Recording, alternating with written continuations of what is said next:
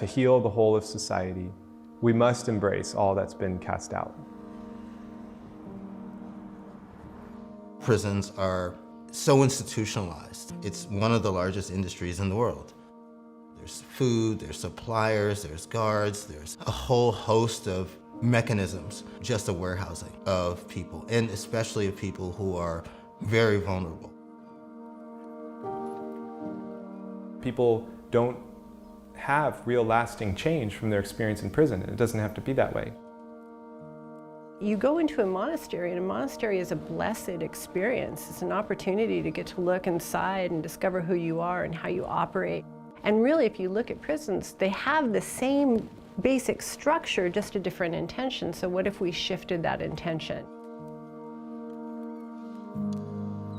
We were told that it would take 2 years from the time we submit an application to the time we could actually begin a program.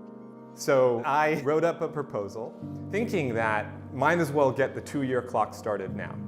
I submit that proposal on a Wednesday night.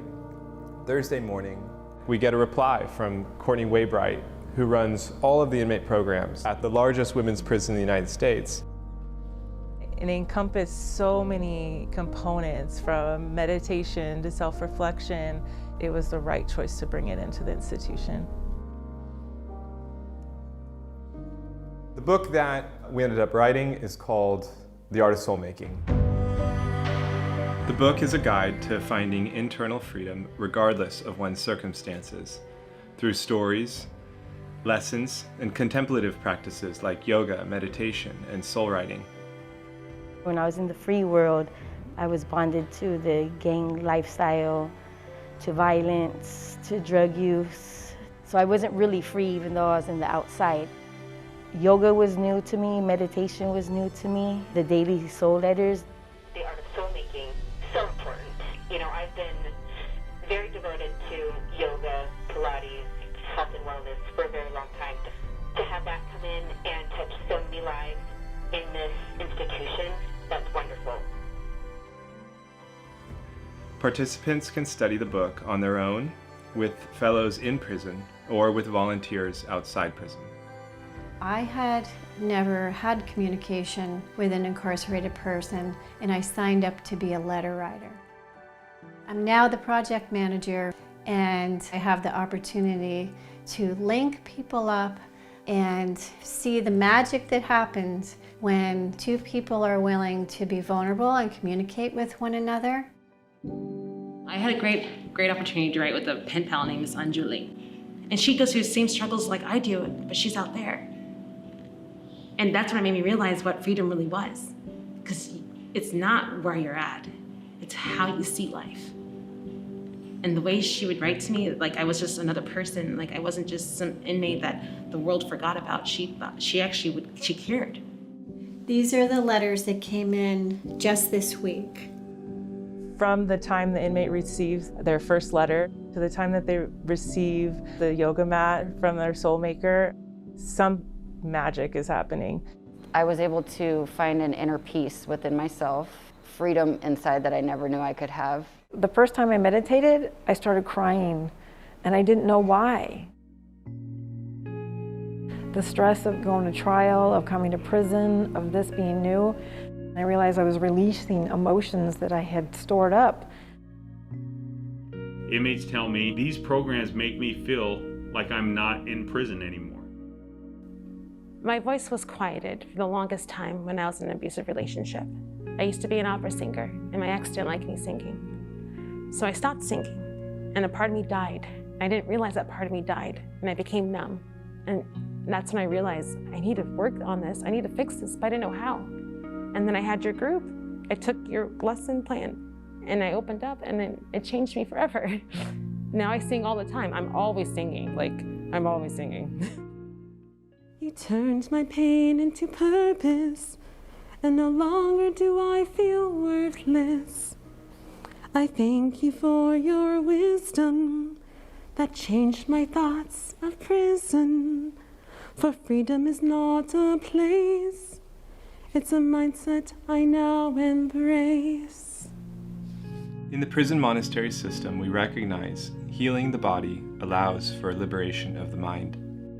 Participants work in gardens, ecological restoration projects contributing to the community, even harvesting food for better nutrition. The Prison Food Project builds on the experience at the county jail, and the idea behind it is to engage both residents and custody in a project that grows food at the prison and then takes that food and prepares the food, cooks the food, and people get to eat the food that they have grown there at the prison. You come back to the earth, you come back to the soil, you have good soil. From good soil comes good food. From good food comes healthy bodies. From healthy bodies comes healthy minds. And fundamentally, you can get into community, and from community, you can start creating rather than merely surviving. It's a judge's job to punish. It's a prison's job to create good neighbors. To become good neighbors, you need to be physically and emotionally well. And therefore, we want to create prisons that are healthy places, healthy physically and healthy emotionally. The guards would kind of be peeking over the shoulders of the prison residents into the art of soul-making programs and saying that we need something like this. Corrections officers are never talked in the framework of a hero or even a service worker in the way that we celebrate frontline service people. But they're about as frontline service people as it gets. So we address that with our Guards to Guardians program. I was taken by this program in a way that I had no idea.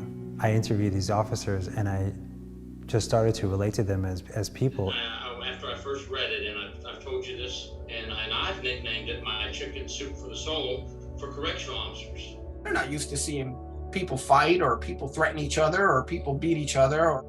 And I went through a lot of things mentally. And then you become stressed and you go home from work and you carry this stress home to your family. It just wears you down over time until you're just beaten and the support isn't there. The people on the outside don't understand.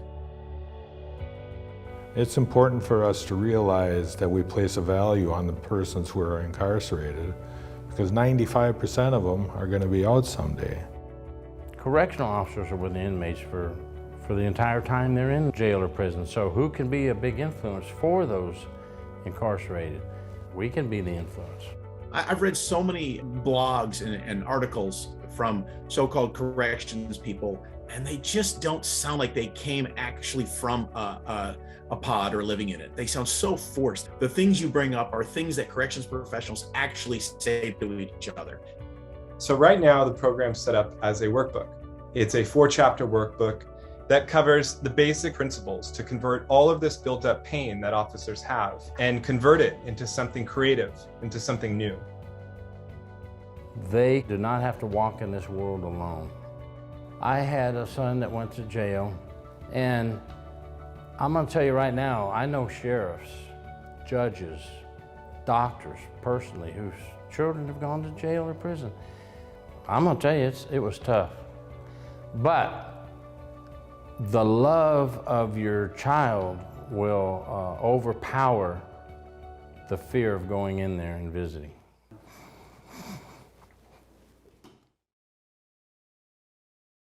There's this idea that you can take people and you can sequester them over there and they won't have an impact on the culture, but it does, because those people get out of prison. If you had the people who are the greatest drain on the culture become the greatest contributors in the culture, then from there everybody would flourish.